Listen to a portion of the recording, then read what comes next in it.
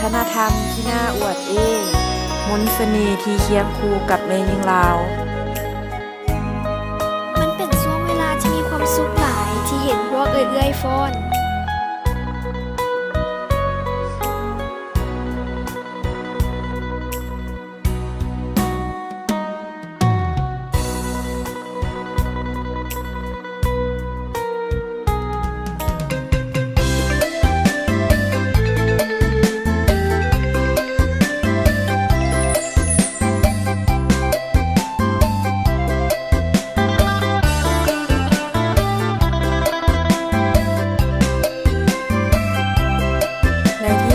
ข่อยก็ได้เป็นครูสอนฟ้อนตามที่ข่อยตั้งใจเอาไว้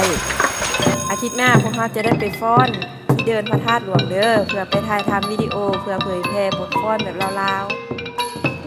ๆข่อยมีความสุขทุกครั้งที่ได้เฮ็ดแบบนี้มีความสุขทุกครั้งที่ได้สอนบทฟ้อนลาวๆให้แก่น้องน้อยนักเรียนและข่อยจะมีความสุขที่สุดเมื่อเห็นบทฟ้อนแบบลาวๆได้เป็นที่ชื่นชมของชาวต่างชาติแต่บางครั้งสิ่งที่ค่อยเฮ็ดอยู่ก็มีอุปสรรคหลายอย่างย้อนยุคสมัยที่มีการเปลี่ยนแปลง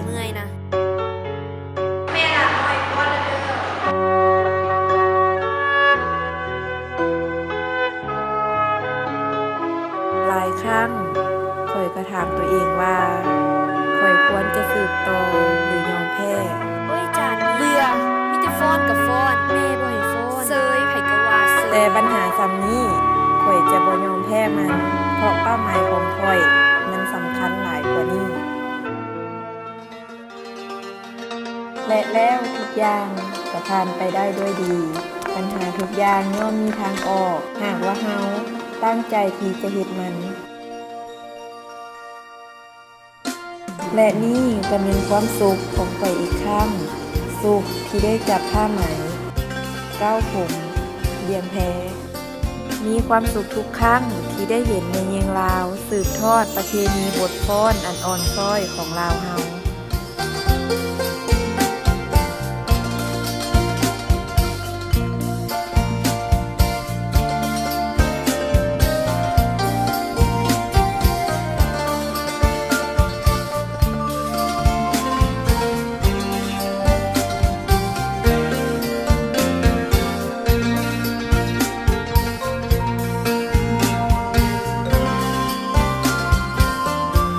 นี่แหละคือช่วงเวลาที่ข่อยมีความสุข